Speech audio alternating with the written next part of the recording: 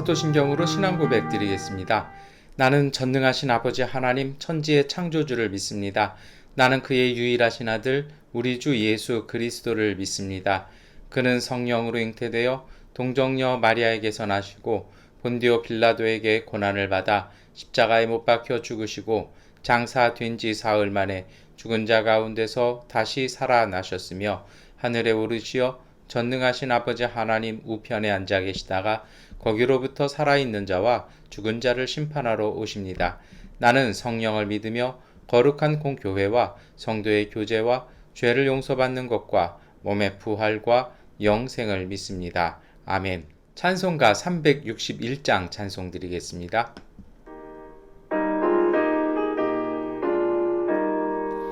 기도하는 이 시간 주께 무릎 꿇고 우리곳에 주 앞에 살아가네. 믿음으로 나가면 그 주 살피사 크신 은혜를 주네. 거기 기쁨 있네. 기도 시간에 복을 주시네. 오란 내 마음속에 기쁨 충만하네. 기도하는 이 시간 주가 곁에 오사 인자하신 얼굴로 귀 기울이네. 우리 마음 비우고 주를 의지하면 크신 은혜를 주네. 거기 기쁨 있네. 기도 시간에 복을 주시네. 오라 내 마음속에 기쁨 충만하네. 기도하는 이 시간 주께 엎드려서 은밀하게 구할 때 고동답 받네. 잘못된 것 아뢰면 측은히 여기사 크신 은혜를 주네. 거기 기쁨 있네. 기도 시간에 복을 주시네. 오라 내 마음속에 기쁨 충만하네. 기도하는 이 시간 주를 의지하고 크신 은혜 구하면 꼭 받으리라. 의지하는 마음에 근심 사라지고 크신 은혜를 주네. 거기 기쁨 있네. 기도 시간에 복을 주시네. 오라 내 마음속에 기쁨 충만하네.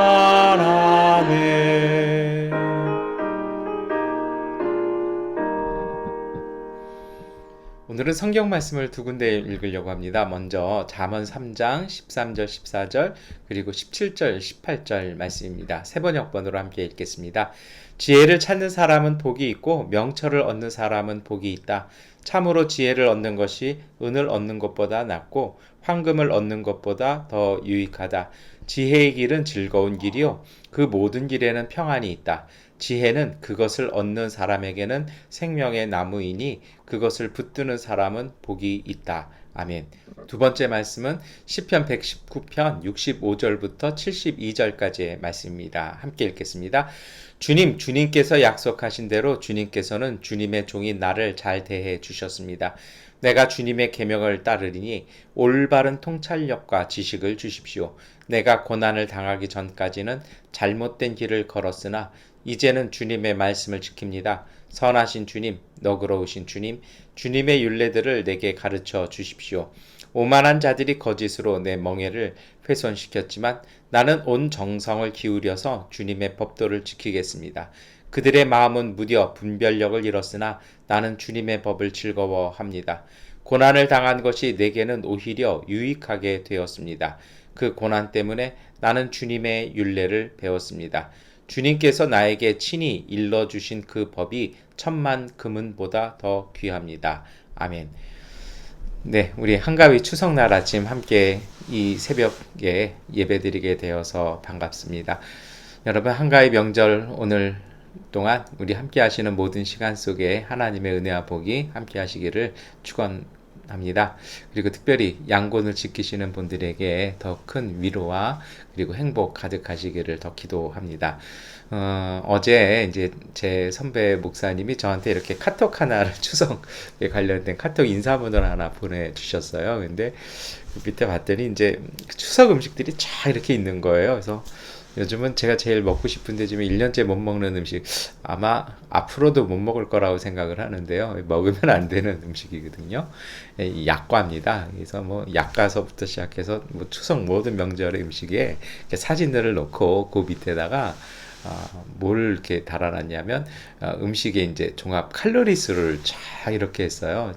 저는 깜짝 놀랐어요. 이렇게 나물은 저는 맘 놓고 먹어도 될 줄 알았거든요. 근데 나물이 칼로리가 꽤 있더라고요. 아마도 이제 뭐 이렇게 뭐 참기름 들어가고 양념해서 그런 것 같아요. 그러면서 이제 쭉 해놓고 가운데는 성경 말씀 딱 놨는데 성경 말씀은 칼로리가 제로 칼로리예요. 그러니까 이제 건강식이니까 한가위 음식보다 이제 성경 말씀 더 많이 이렇게 읽고 묵상하라고 보내주신 것 같아서 재밌기도 했고 그리고 또 이제 교훈도 되었던 것 같습니다.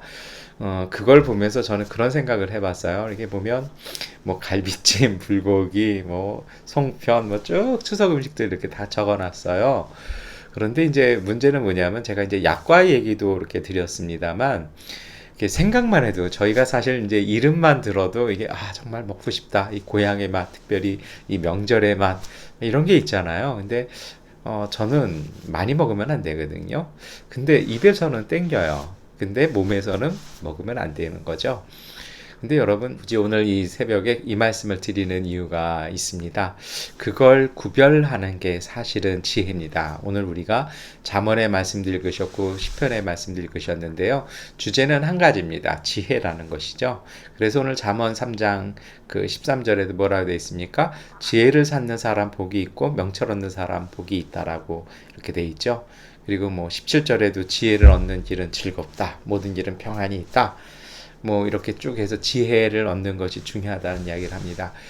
여러분 그래요. 이렇게 저도 그 음식 사진 보내주신 걸 보면서 이렇게 평소에 기도 제목도 함께 나누는 목사님이어서 이렇게 보면서 많은 감동을 사실 받았어요. 그게 처음에는 웃었는데 굉장히 감동을 받은 게 뭐냐면 여러분 그렇잖아요. 우리는 습관적으로 그런 음식들 이렇게 보면은 많이 먹고 또 이제 이렇게 좋아들 다 모든 분들이 좋아하는 우리 한국 분들 특히 뭐 외국인도 좋아하는 음식들이잖아요.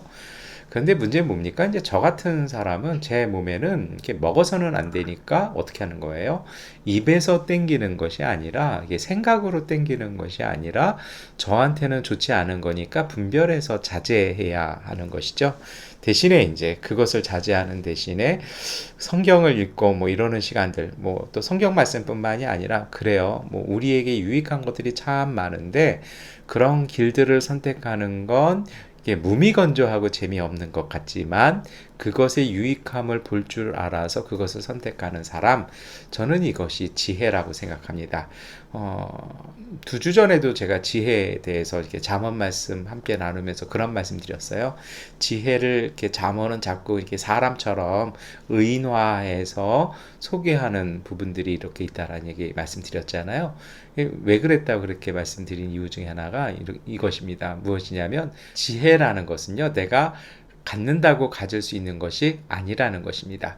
사람이라는 것도 그렇잖아요. 내가 저 사람을 내가 친해져야겠다 한다고 친해질 수 있을까요? 절대 그렇지 않습니다.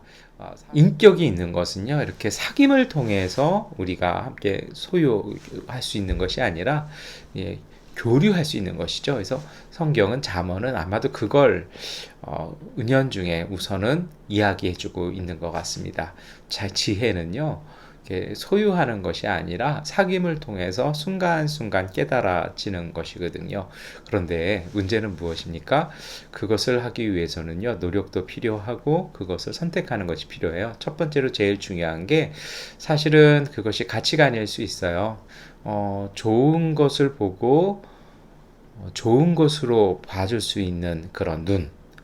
때로는요, 이게 흙에 떨어져 있지만 그것의 가치를 보고 그것을 취할 수 있는 눈. 우리는 이것을 가치관이라고도 얘기합니다만, 철학에서는 이것을 미학이라고 얘기합니다. 그래서 철학의 가장 정수가 그런 것이라는 것이죠. 정말 참되고 가치 있는 것을 보는 것이 바로 지혜라는 것입니다. 그래서 성경에 이 지혜를 가리켜서 또 다른 이름으로 명철이나 분별이라는 표현을 쓰는 것은 바로 그런 일입니다. 눈앞에 좋아 보이는 일이 있어요. 그런데 그 뒤와 그 속을 뚫어볼 줄 아는 힘, 그것이 바로 지혜죠. 그리고 이 지혜는 사귐을 통해서 오늘 우리가 가질 수 있습니다. 성경은 곳곳에서 말씀하십니다. 이렇게 지혜로운 사람, 이렇게 슬기로운 사람이 복이 있고 이런 사람들을 통해서 하나님께서 은혜를 열어 가시는 것이죠. 요셉도 그랬고요. 다윗도 그랬습니다. 참 진리이신 예수님도 그러셨죠. 그래서 이 18절에 뭐라고 되어 있습니까? 우리 함께 읽겠습니다.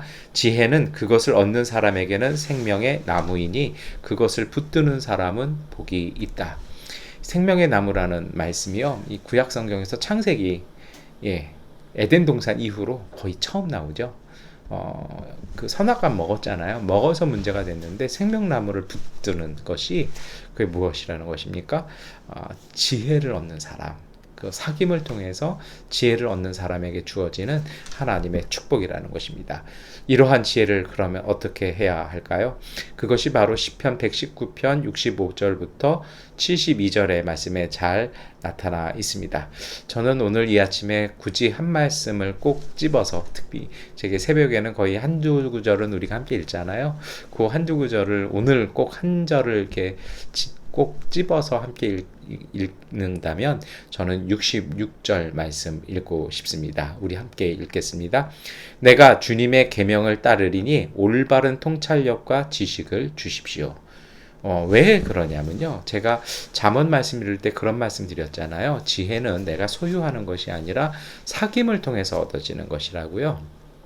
왜 그러냐면요, 지혜는, 이 지혜에 관해서 가장 무서운 사람이 어떤 사람인 줄 아십니까? 지혜는 제가 소유할 수 없다는 말씀드렸잖아요. 그럼에도 불구하고 항상 본인은 지혜롭다고 생각하시는 분들이 사실은 가장 위험한 분들입니다. 두 가지가 그래요. 지혜가 그렇고요, 성령이 그러하십니다. 한때 성령 충만해서 여러 가지 성령의 도구로 은사를 가지고 일하시는 분들이 그것을 본인에게서 떠나갔는데도 그것을 인지하지 못하고 여전히 본인은 성령의 사람이라고 생각해서 인간적인 행동들이나 잘못된 것들을 성령의 이름으로 행할 때가 참 많이 있는 것을 봅니다. 여러분, 그것이 참 안타깝죠. 지혜도 마찬가지입니다.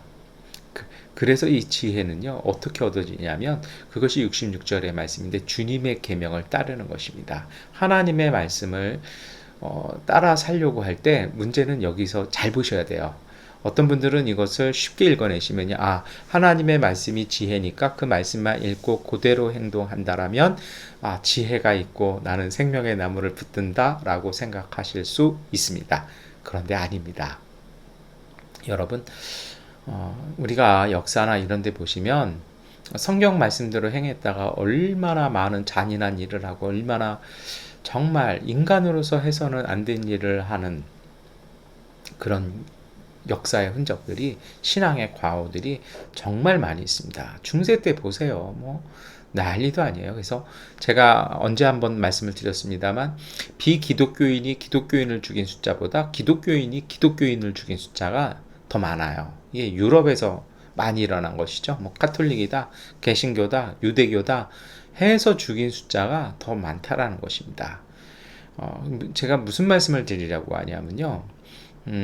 오늘 예수님께서 그 마태복음에 이렇게 5장부터 6장, 7장 산상수훈을 보시면, 특별히 마태복음 6장 이후에 보면 예수님께서 모세의 율법을 거꾸로 이렇게 인용해서, 특별히는 이제 신명기의 말씀을 거꾸로 인용하시는 경우들을 많이 볼 수 있어요.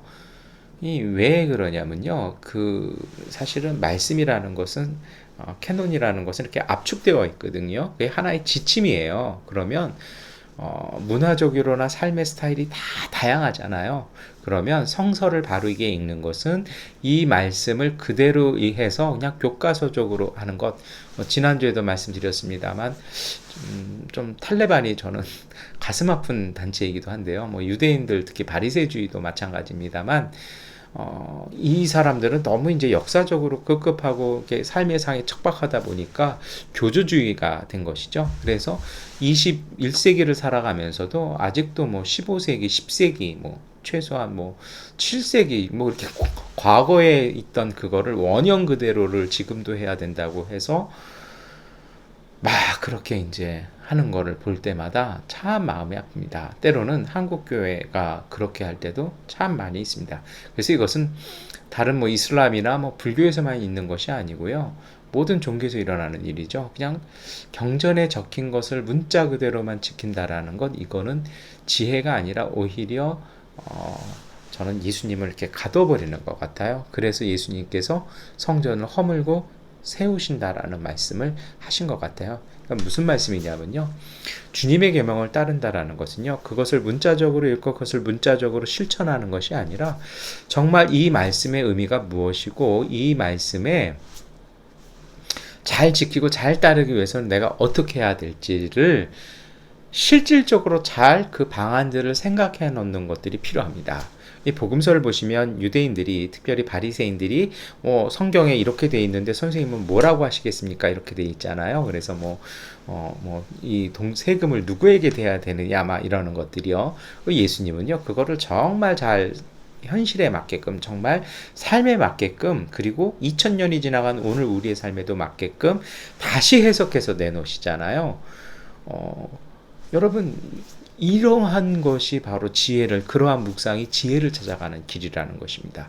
예를 들면 이런 것입니다. 십계명에 살인하지 말라고 되어 있습니다. 예수님께서도 그 말씀 인용하시잖아요. 살인하지 말라고 하였으나 나는 너희에게 말하노니, 그래서 사람을 향해서 이렇게 하는 사람마다 이미 살인하였다. 뭐 이런 말씀 나오잖아요. 특별히 여호와 이름을 망령되이 일컫지 말라. 우리가 이 말씀, 이 계명 잘 무겁게 생각 안 하거든요. 왜요? 우리가 입에 떠올릴 때가 별로 이렇게 없어요. 그런데 이 말씀을 오늘 우리 속에서 잘 지켜 행할 때는요, 정말 많은 우리들의 삶의 여러 가지 모습들이 나오죠. 그러면요, 여러분, 이것이 바로 지혜와의 사귐이고 하나님과의 사귐입니다. 오늘 그러잖아요. 66절 말씀 이제 다시 한번 볼까요?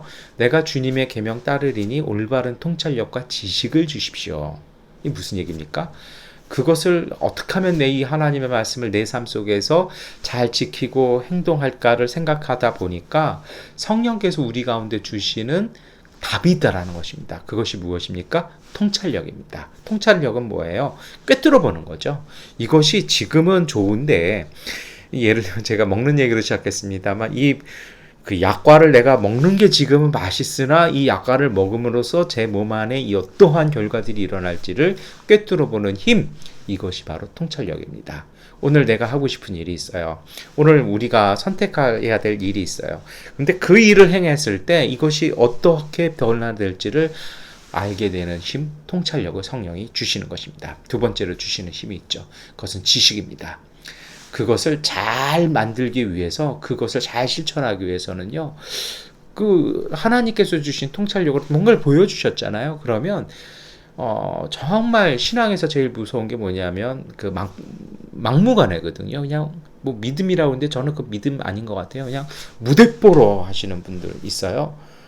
정말 이렇게 성경책 들고 쉐다곤 파고다 안에 들어가서 그것도 신발 신고 들어가서 이렇게 한다라면 뭐 어떻게 되겠습니까? 한국 교회 분들은 잘 모르시겠지만 미얀마에서 신앙생활 하시는 우리 교회 가족분들은 그것이 얼마나 무서운 짓이고 그것이 가지고 올 선교적인 그리고 신앙적인 재난이 얼마나 큰 것인지를 아시게 될 것입니다. 그런데 얼마나 또 많은 한국 교회 선교팀들이 그렇게 행하고 있습니까? 이게 무슨 얘기냐면요.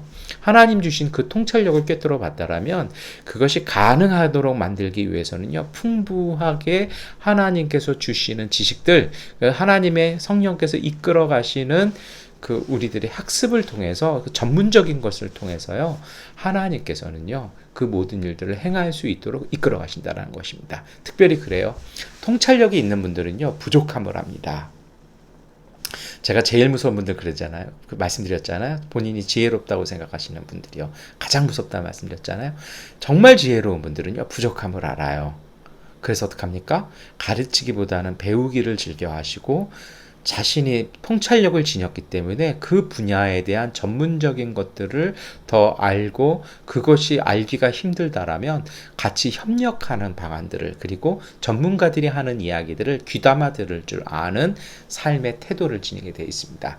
이것을 통해서 지혜는 오늘 우리의 삶 속에서 하나님 주시는 은혜들을 펼쳐나가는 것입니다. 때로는 이 지혜는요 성장하는 모판이 있다라는 것이죠. 그것이 바로 67절 말씀이죠. 고난당하기 전까지는 잘못된 길을 걸었으나 이제는 주님의 말씀을 지킵니다. 어려움이 왔을 때 그전에는 감정대로 내 몸이 반응하는 대로 눈에 보이는 대로 갔다라면 하나님이 주시는 그 지혜와의 사귐을 통해서 통찰력도 있고 지식이 있다라면 이제는 그 속에서도 바른 길을 통해서 하나님의 말씀을 지키는 삶의 균형과 이 밸런스를 지켜나감으로써 그것을 극복해내는 마음의 힘을 얻었다라는 것입니다. 여러분 이러한 것이 필요해요. 오늘 70절에도 그런 말씀 나오잖아요. 이 지혜 없는 사람들, 하나님을 경외하지 않은 오만한 사람들은 뭐라고 되어 있습니까? 마음의 분별력을 잃었으나 나는 주님의 법을 즐거워합니다 라고 말씀하잖아요. 즐거워한다는 건 뭐예요? 난 균형을 잘 잡고 있어서 잘 평안하게 가고 있다라는 것이죠. 그리고 이어서 뭐라 얘기합니까? 이 고난 때문에 나는 주님의 율례를 더 깊이 배웠다라고. 이것이 정말 삶의 진리고 온전하게 하는 길이라는 것을 보게 됩니다. 여러분, 오늘 우리가 이 한가위 명절 우리 가족이 다 모이는 이 시간을 통해서 우리 가족 가운데 이 하나님의 지혜가 이 하나님의 풍성한 통찰력과 이 지식이 충만하도록 기도하시고 승리하시기를 축원합니다. 기도하겠습니다. 전능하신 아버지 하나님, 오늘 우리 가족이 함께합니다. 때로 양곤에서 홀로 지내는 우리 가족들이 있습니다. 그러나 주님, 하나님의 말씀을 즐거이 하는 그 지혜와 그 지혜가 주는 부요를 깊이 즐거워할 수 있는 한가위 명절 그 부요한 시간들, 그 기쁨의 날이 되게 하여 주옵소서. 예수 그리스도의 이름으로 기도드립니다. 아멘. 하나님께 기도하는 시간 갖도록 하겠습니다.